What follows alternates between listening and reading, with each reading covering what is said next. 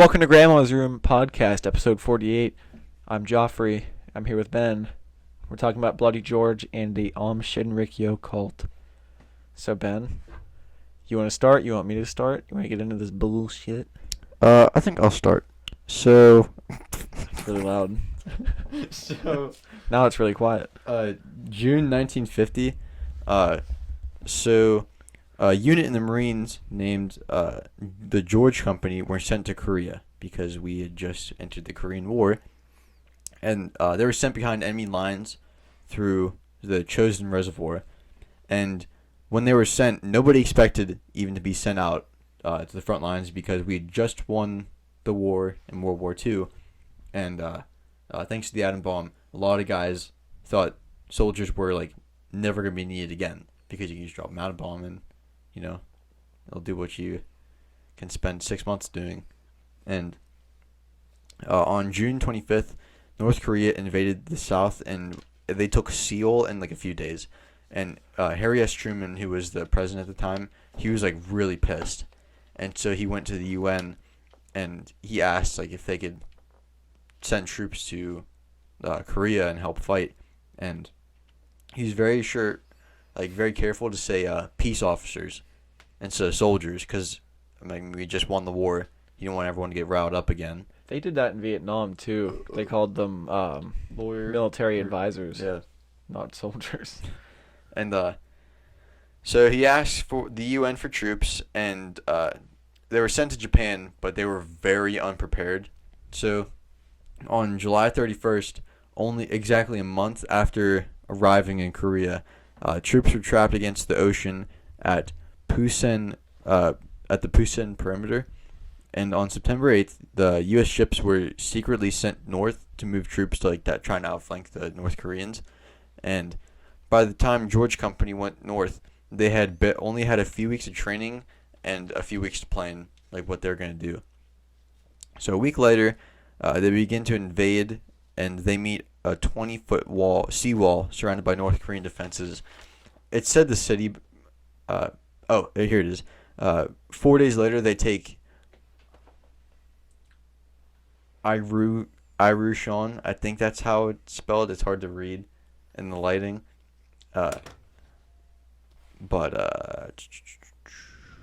And are now very confident, and because this has been their first victory as a unit, So Bloody George. Yeah. So September 21st, they reach Seoul, and it's the first test of their battle skills. Wait. Seoul. The city. The capital of South Korea? Yes. I think it's... I'm not trying to be a dick. I'm not trying to be an asshole. I think it's pronounced Seoul. Yes. Yeah, I'm sorry, Seoul. Yeah. So George Company is able to stop the North Koreans who have tanks and large pieces of artillery only with bazookas, grenades, and rifles, which for an underprepared group, that's really well. And they earned the name Bloody George then because they lost so many guys. And Douglas MacArthur, who he was in World War II, he was the main guy, the head honcho. Mm-hmm. The North Koreans are fleeing. They take Seoul, and the North Koreans are fleeing, and they lead us right into a trap set by Chinese soldiers waiting at Katari. And the Chinese attack UN forces in the Chosin Reservoir, except George Company because there weren't enough trucks to carry them, which I thought was kind of interesting. That's the only reason they didn't go. And UN forces try to go south to an unfinished airfield to get out. They have planes waiting there, and they want to get as many men as they can out of there, so they don't die.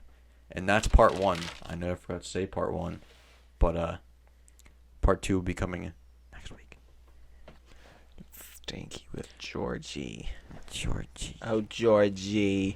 Hey there. Oh, I can't sing that. Never mind. What? Nothing. Is it bad? No. Let's get copyrighted. Not if you're just singing it. Hey there, Georgie girl. Blah, blah, blah, blah, blah, so fancy free. Blah, blah, blah, blah, blah, blah, blah, blah, blah, blah. What song's that? Georgie Girl, if you couldn't guess it. By who though? The Seekers? I would look it up. But our phones. Recording us. Look at them fucking watching us. Okay, but this is gonna be like super boring if we keep doing that. Yeah. It got really quiet. You want to hear about a cult Sure. that killed a bunch of people and possibly had a nuke? Nice. Yeah. The cult is called Aum Shinrikyo. It's a Japanese doomsday cult founded in 1984 by Shoko Asahara.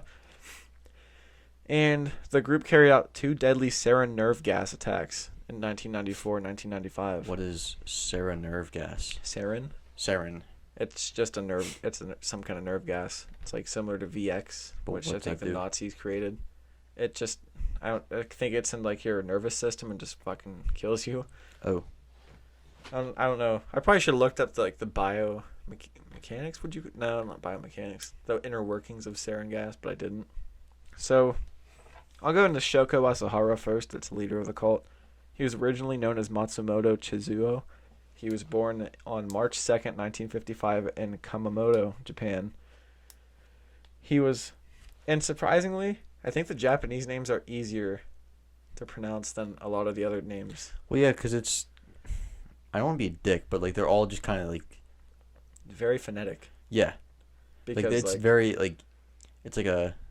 Because it's not even the same letters that you use in English, so, like, it's written the way it sounds. Yeah.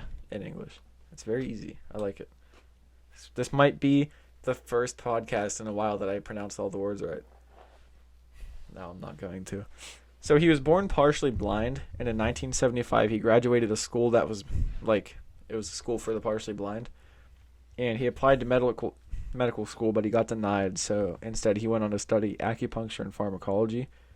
And he later opened his own pharmacy in Chiba, which specialized in Chinese medicine, but it went bankrupt after he was arrested in 1982 for fraud because he was caught selling fake remedies. He's just saying here, buy this will fix you.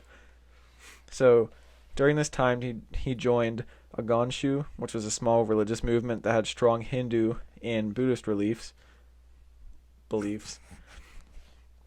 And after his trial he established his own religion. It's called Aum Shinzen no Kai, later known as Aum Shinrikyo. He gained followers by handing out leaflets, preaching on street corners, and he started teaching yoga and healing with herbal medicines. So he'd hold these classes and this will heal you. Let's do some yoga, and then it's just now you're my cult. Yeah. And it's like any other cult. He preys on weak people, vulnerable people, outcasts. I've learned that in sociology. Not even outcasts, people who are going through a rough patch in life. They just they'll cling to anything. Mm-hmm. But yes. So the cult, Aum Shinrikyo, aka Aum, or later known as Aleph, Aleph. They study beliefs that were a part of Buddhism, Hinduism, and they were obsessed with the impending apocalypse. So they believed that Shoko Asahara was the first, quote, enlightened one since Buddha, and he preached to his followers that they would be the only people who would survive the apocalypse that would come in 1996 or sometime between 1993 and 2003. 1999 and 2003. So it wasn't the world's going to end in 2012. It was the world's going to end in 1996 or somewhere between 99 and 2003. That's very vague. It was very weird numbers, too. I don't get it. He also taught them that the United States would usher the apocalypse in by starting World War III with Japan. And the cult was very it still is, because it's still a cult, but very controversial in Japan. And the public relations tried tying religious ideas to anime and manga. So I think that's how you pronounce it. It's Japanese cartoons. Can I interrupt right now? Yeah. I was just thinking about this the other day.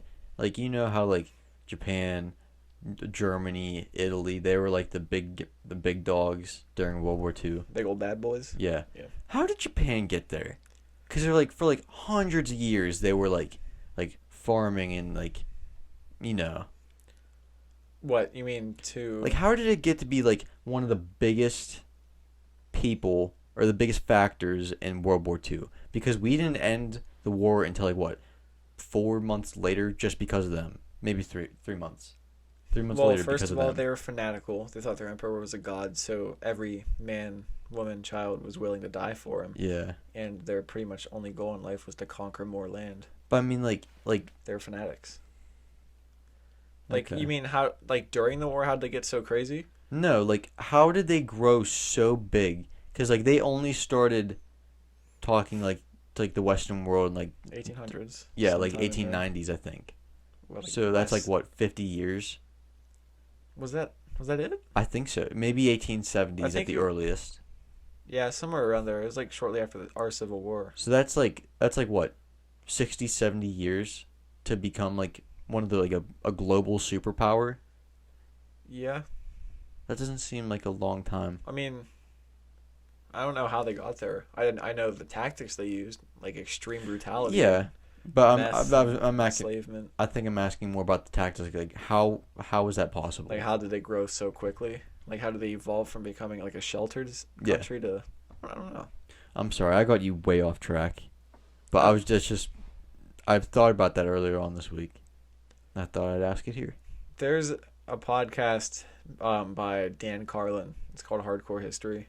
He has like a 5 or 6 parter about Japan, and even more is coming. Each one's like 3 hours long. Jesus. And he went into that. I can't remember how they grew.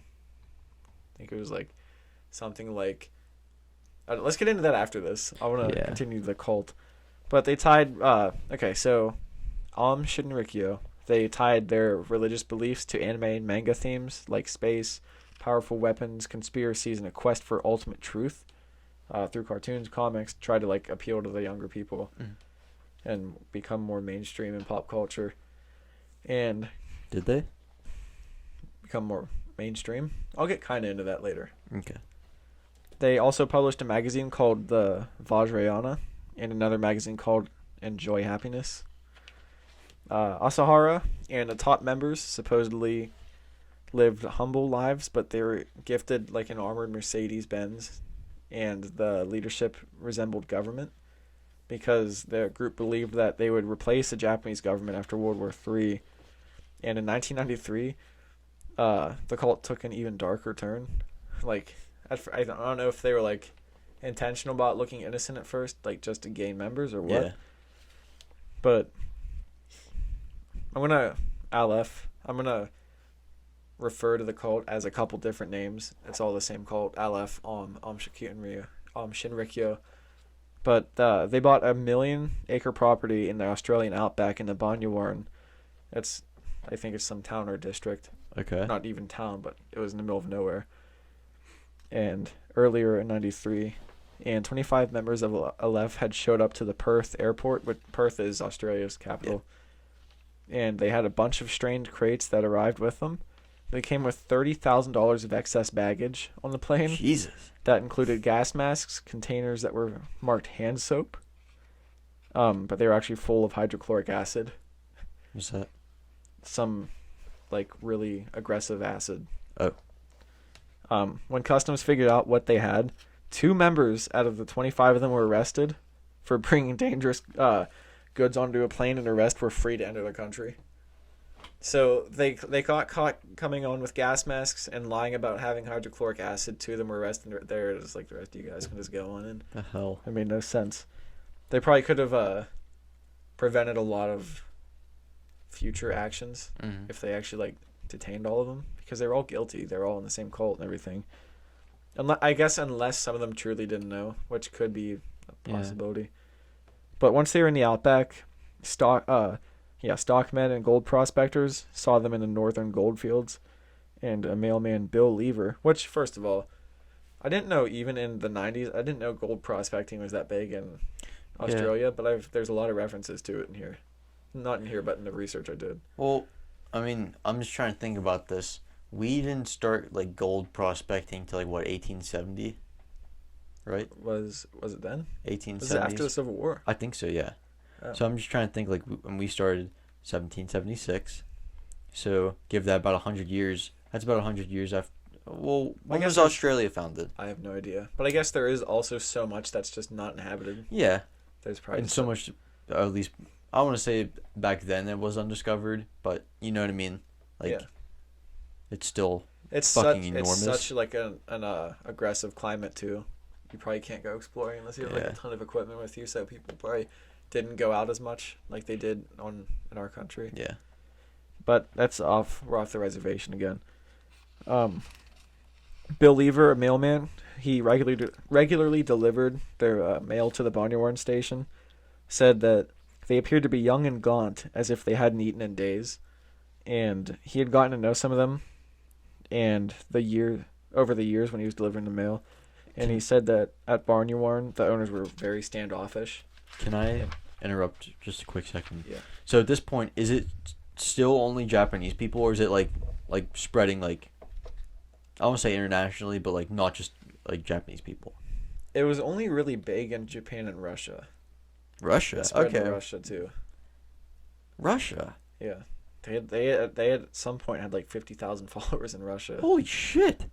And it's not even like they're right next to each other too. No, because they're separated Russia by and China. Japan have had a history of hating each other. Oh yeah.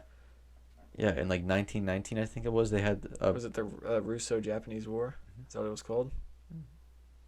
It's like there's just aggressive slick leaking everywhere. And whoever caused friction first won.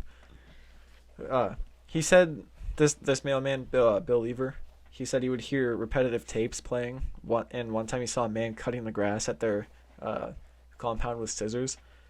And on another occasion, he met a woman who was drinking a mixture of mustard and salt water to purge her demons. He was like, she must have had a lot of demons. She was just drinking mustard and salt water to either like dehydrate herself or make herself throw up to like get her demons out. He had also once delivered barrels of hydrochloric acid to the station. So they're again with the hydrochloric acid. It was supposedly for swimming pools, but there were no swimming pools at the Bonyarwarn station. And yeah, right here. By 1995, the cult had 50,000 members, the majority of which lived in Russia.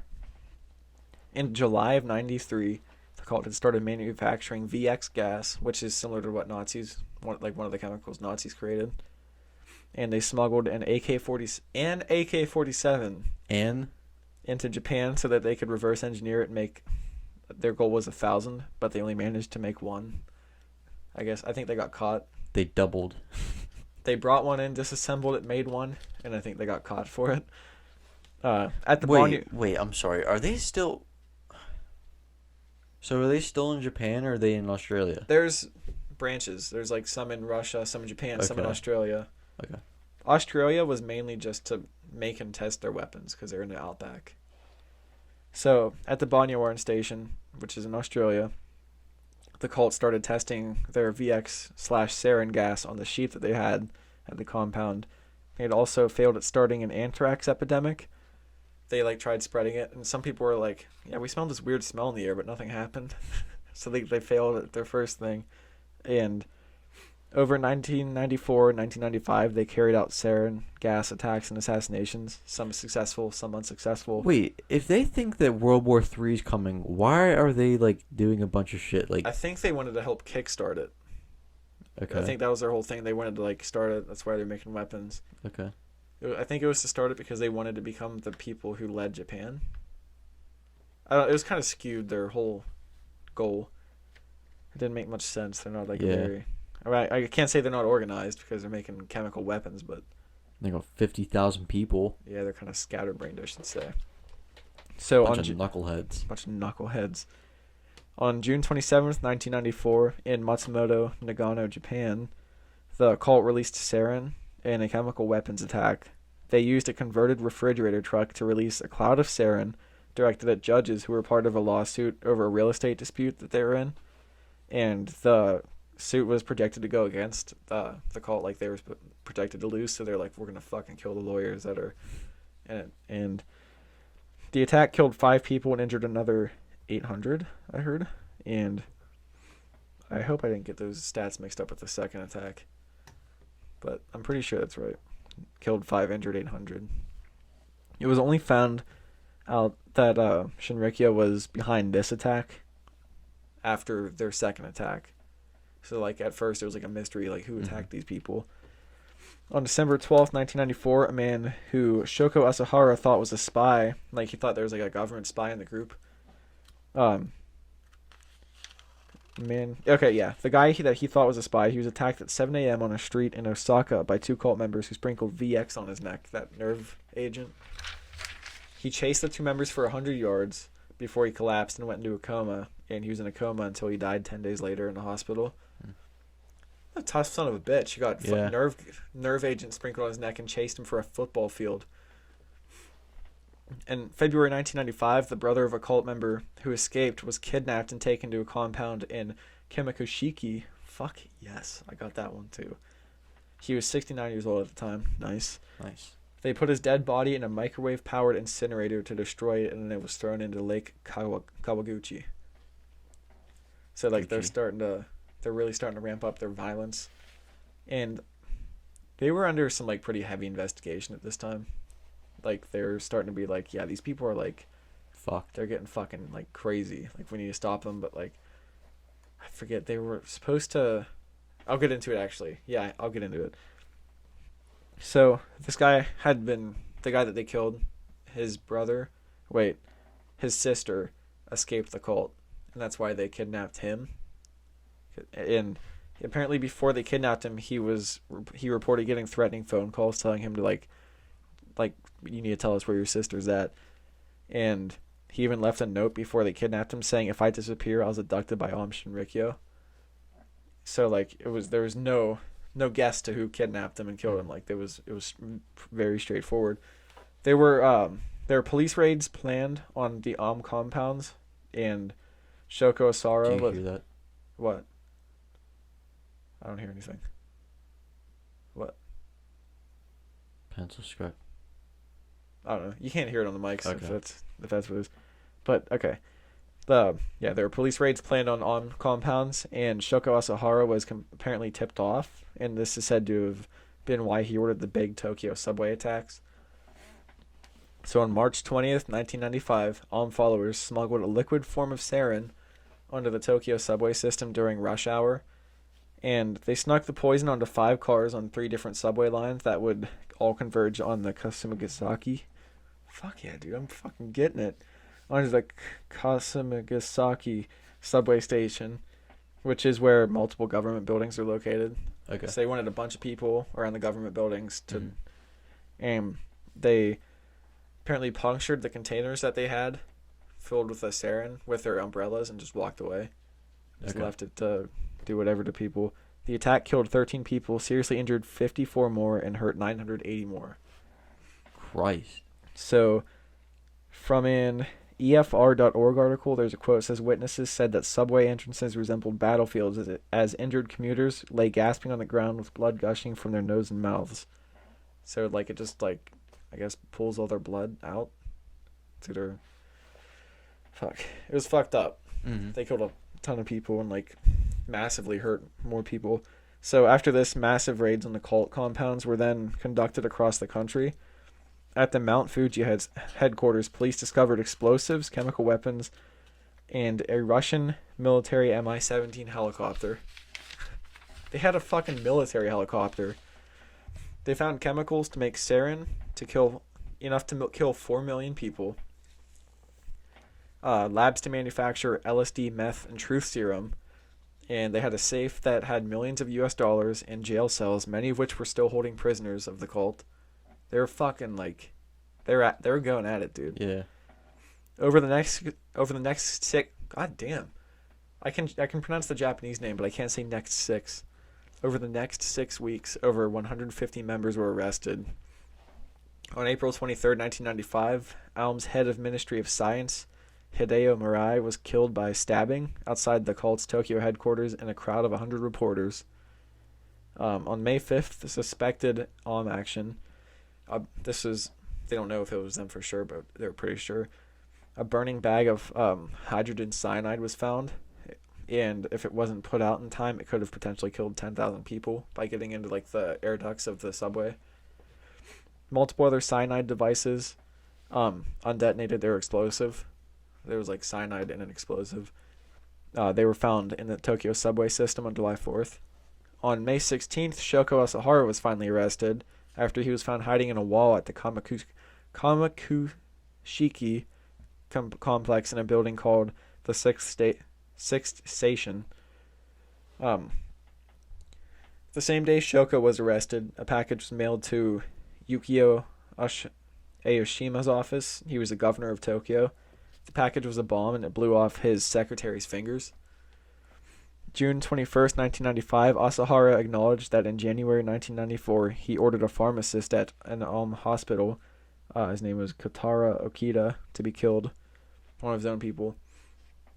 Okita had tried to escape the cult, so another cult member was told, "You need to kill this guy. If you don't kill Okita, if you don't kill this guy, we're gonna kill you." So he strangled him to death.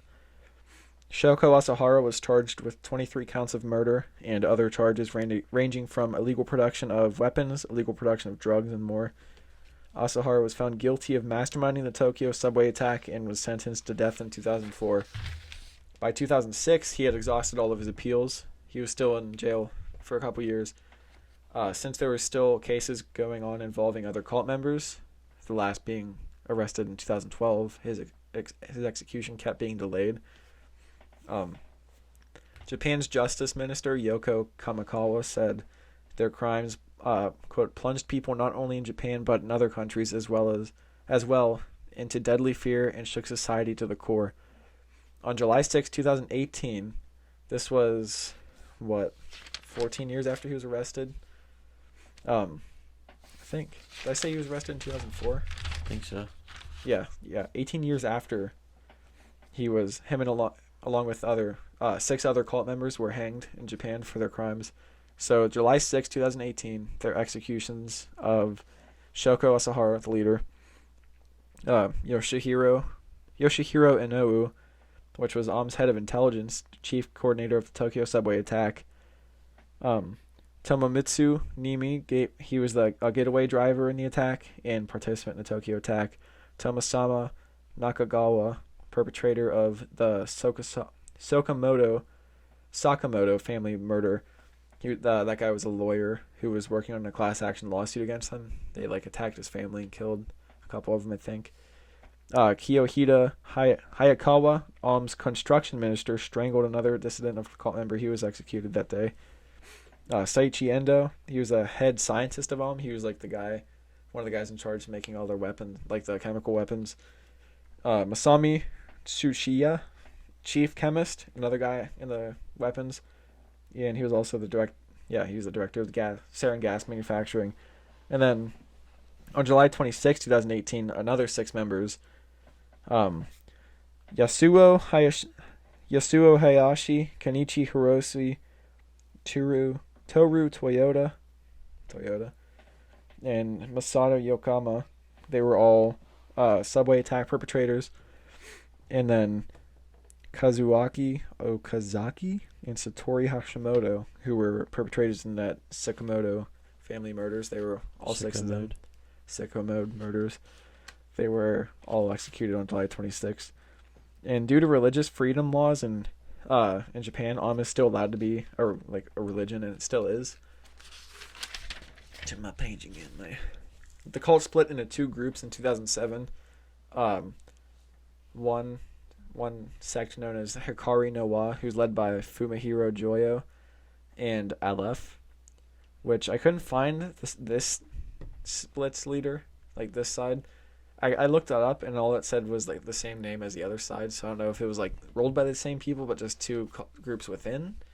I couldn't pin down what exactly was going on. Aleph has apologized for the Tokyo subway attack, and they blamed it on the top leaders of Aum Shinrikyo at the time. The Hikiro no Wa split has around 150 members, and Aleph has around 1,500, so they still have some numbers, but it's not even close to the 50,000 they had. And apparently some young people today who are dissatisfied with society and aren't successful in life, they adore the occultist as pop culture icons, and they identify with them. And on April 5th, 2016, Russia's investigative committee opened a criminal case against Aum's followers, and along with the FSB, which is their federal security branch, conducted raids to confiscate literature, religious items, and electronic information. And on September 20th, 2016, Russia designated the group as a terrorist organization and banned it in the country altogether. So, like, there might still be followers, but it's not allowed Underground. in Russia anymore. Yeah. On New Year's Day, 2019, Kazuhiro Kusakabe, who was an Aum sympathizer, rammed his car into a group of pedestrians on Oh man, I just realized this now. This street name is it looks like it should be pronounced Takashita. It's probably Takashita, but he rammed his car into a bunch of pedestrians on Takashita Street, Harajuku, which was a popular strip for shopping. He said it was in retaliation for an execution, but he wouldn't specify which one. They're guessing it was probably the leader. 9 people were injured on this attack. Nobody was killed, thankfully. And now we're into the Nuke Rumors. Rumors that this cult had a nuke. So, on May 28th, 1993, back right before they started their sarin attacks, in the Australian outback, there were giant explosions detected along with truckers and gold prospectors witnessing the night sky lighting up with bright flashes, along with more people hearing distant explosions. And seismic observatories had pinpointed the activity to close to the cult's outback compound, but the readings were somewhat uncertain. They couldn't pinpoint exactly where they came from. Other speculation of what these sounds could have been was that it could have been an earthquake or a meteorite impact. And the IRIS team investigating, which is the Incorporated Research Institutions for Seismology, had concluded that the event was 170 times bigger than the largest ever mining explosion.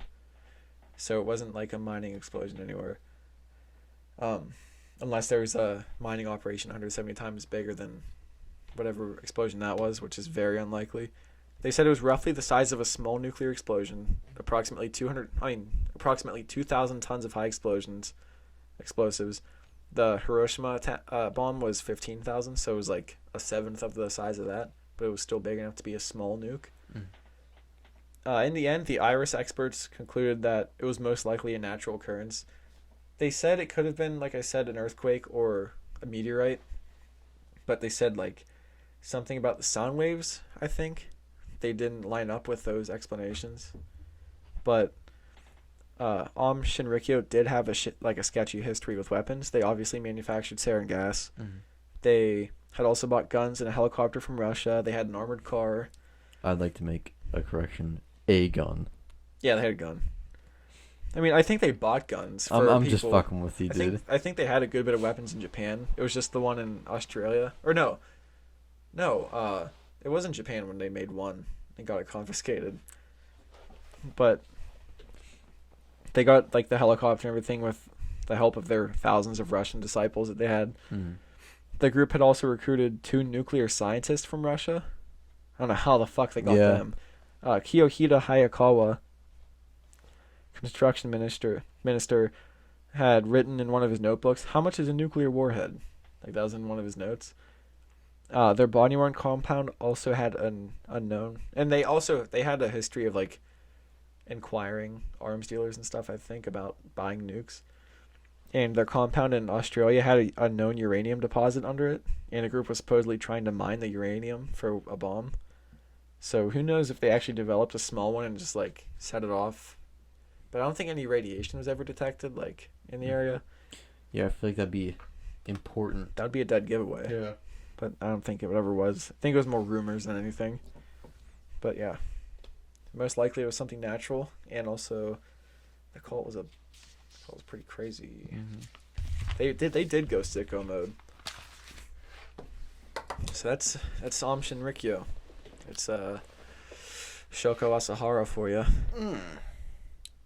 Shaved. What's up, bud? Nothing. What have you been up to? Oh, not much.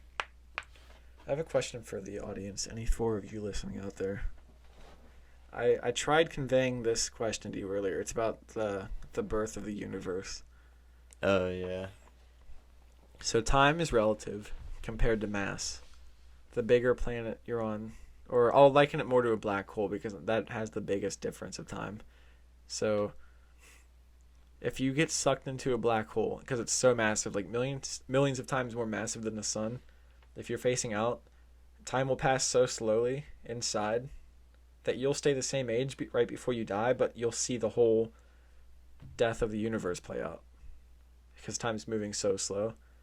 So my thing is, on Earth, I'm guessing we're just like, okay, to us, the age of the universe is like 13.9 billion years old in Earth years. So if you had the whole universe in a bubble and you're right outside it and you had all that mass inside the bubble, how old would the universe be? Would it be like a couple seconds because of how much mass is inside of it? I have no clue. Does the question make sense at all? A little bit, I guess. Now that you've explained it to me like 2 or 3 times, I get it.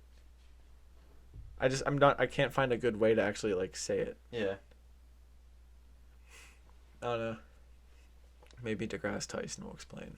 Mm-hmm. Who knows? Him and I know each other. We're pretty much best friends. Yeah. We're going to get him on the show. He'll be on tonight. 5 minutes from now. Yeah. Oh, man. Oh, dude, I did tell you, but I didn't tell you in person about those lights that we saw in the sky. Mm-hmm. It was the SpaceX launch. Oh, okay. We were walking out of a friend's house the other night. It was like dark out, and I was just like, oh, the stars are out. And then, like, I looked up a little bit, and I'm like, what the fuck is that? There's like a train of lights coming in on the left, and like the farther they go, they're disappearing on the right. And I was looking it up, and it was the not SpaceX. It was launched by SpaceX, but it was Elon Musk's other company that Starlink. He's like putting thousands, like tens of thousands, I think, like 12,000, I think in the end is his goal. Satellites to bring internet to everybody around the world, and he launches them like 60 or so at a time, I think. And we were just seeing those satellites in a train go through the sky. It was so cool. It's really cool. I don't think because it wasn't from a launch that day. So like they've been launched earlier and just like been orbiting? I think you only see them until they get to the orbit they're supposed to be at, and then you won't see them anymore. Because now a lot of people are mad that they're like, this is going to like ruin astronomy. Yeah. They're not permanently going to be able to be seen, I don't think. But it was pretty cool just seeing those like satellites. Because I forget how they're explained. I think they send them up in the ship, and then once they get to the right height, they just start dropping them out. It was pretty cool. So yeah, Bud. Bud. What do you want to talk about? I don't know. I don't think I have a whole lot to talk about. Wow. Is it me? We're bringing back the Maybe. T-pose. Isn't that right? Oof. Yes. Bringing back T-pose as a meme. Dude, this doesn't even look red anymore. It looks fucking orange. But I know it's red. I just opened news to like talk about stuff, and it says the Earth almost has a new moon. Yeah, this is still red. Doesn't it look orange to you? It does. Yeah, I noticed that like a minute in, and I was gonna ask you, but I'm pretty sure it was still orange. Like even when I look at my paper, it looks orange. Yeah. Yeah, it does. Bud. Dude, I'm looking at pictures from the Curiosity rover, and it's like in front of cliffs and shit, and it's like in a valley. Look how cool these look. What the hell? Yeah, that's on Mars. That's awesome. It's like cliff faces and everything. Looks like the Grand Canyon. I heard a quick rumor that they thought they might have found mushrooms on Mars, So like there would be life on Mars? but I don't think it was. I think it was disproven. I told Terry that the other night, and he was just like, as soon as I said it, he was on Xbox with one of his work friends, and I was like, they didn't prove it yet. They like still think it might not be true, and he goes, dude, they found mushrooms on Mars. 5 reasons to consider chaga mushrooms. Yeah, there's nothing on Top Story, so I'm assuming nothing came of it. Don't assume, because it makes an ass out of you and me. It always makes an ass out of you too, Ben. That means it makes an ass out of you as well. Yeah. You and me. You and me forever. Whoa, full rebirth of a star observed for the first time. Full afterbirth of a star? Afterbirth. Mm-hmm. So, dude, what about this gas crisis? Isn't it pretty much over already? It's been over. It was like 2 days of... I watched like 2 days of people like filling up totes and like Tupperware of... Mom made me fill up the car. My car. Well, yeah, that's reasonable, filling up the car, but I've seen videos of people like bringing like totes. Like Tupperware. I saw this guy. There's this one video of a guy who like couldn't get the concept that the gas comes out fast. So if you try to put it in a small Tupperware container, it just kept like spraying out of it. So you'd like click, trying to put like little amounts in at the time, and it just all kept spraying out, and he just like gave up. I remember, I think it was last summer, there was something with gas, and people thought that there might be a shortage. It wasn't anything like this, but people started panicking a little bit. And I saw videos of this lady putting gas in grocery bags. I remember seeing that. I didn't know And that was like, why. Like, that's going to eat through that grocery bag in about 5 seconds. Yeah. That's why I didn't get about the Tupperware. Doesn't it eat right through plastic? Like, doesn't it have to be a certain kind of plastic? Probably, yeah. Because I remember we put gas in a Solo cup one time to put on a fire. I barely got it to the fire before the cup fell apart in my hand. Well, the Solo cup is also really weak. Yeah, but it's plastic. I'm saying like... The plastic bag would definitely, but the totes, I'm not sure. I mean, if I would... I don't know. Depends what it's made out of. Because like the gas tanks and the carts at work, they're plastic. So are gas cans. Yeah. I think it might be... I think it's just a certain kind, yeah. But if a tote's not made of the right plastic, it might take a little bit longer. I also saw someone post... it was like... I saw this guy pumping a fuck ton of gas, and I got home, and his neighbor was doing the same thing, and he got home, and he saw his neighbor like hosing out the back of his car, and their whole street smelled like gas. Oh my god. So like I guess he put some kind of container in his car, and it exploded. Not exploded, but like fell apart in his car. I've gotten gas on my hand at the gas pump before, and it makes me want to puke. Dude, how strong it is. Two of the kids not the kids, but they're like my age. Two people that I've shown like their first day, both of them, they were filling up the cart, and I was showing them how to do it, and they wanted to get every little bit they could, and so like I told them just like let it click, and then you just hang it back up on the thing. Don't try to fit more in. Yeah, and so what do? They pick it up and just fucking squeeze, and I reached in to like no, and just fucking all over my shirt, my watch, that it smelled like gas for a week. It was horrible, and like even after I cleaned it too, like I used some sort of like stuff to like try and wipe it off with. No. Just had to wear off. Yeah, it was horrible. Nothing. My clothes smelled like gas. Dude, there's nothing more infuriating than like when you know how to do something and you're trying to teach somebody, and you're like, do not do this. Yeah. And then they go ahead and 5 seconds later they do this. Yeah.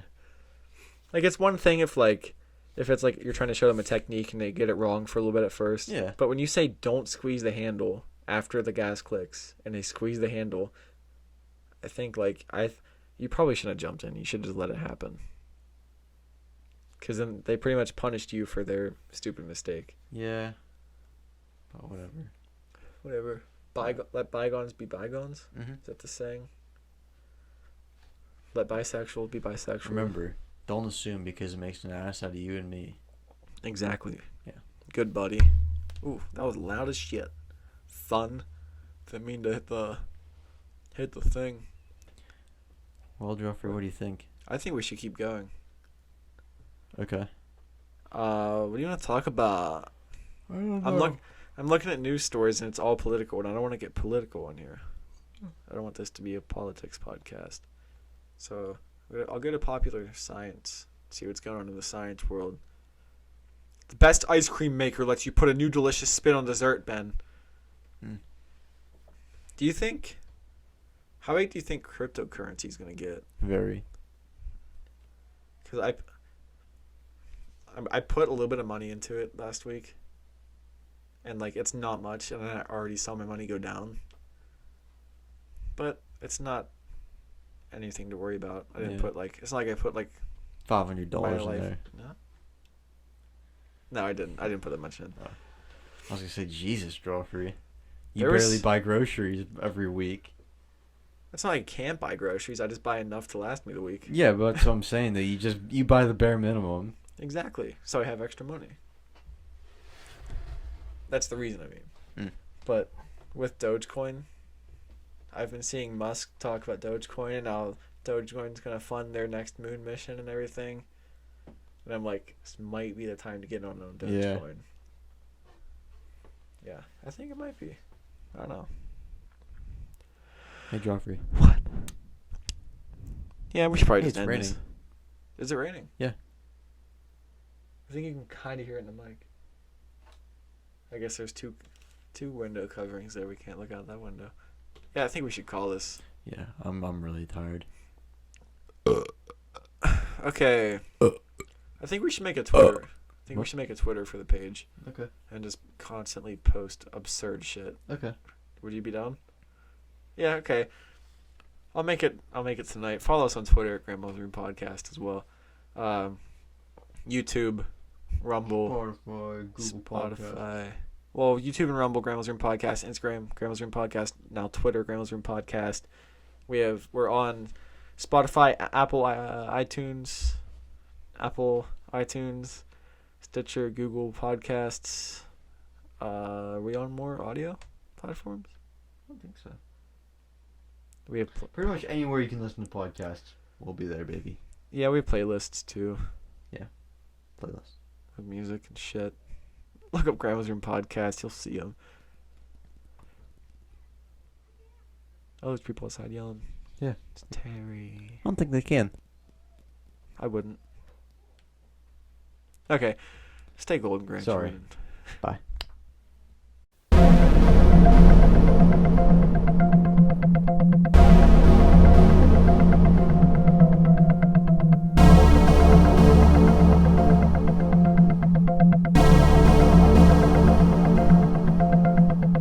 Grandma's Room.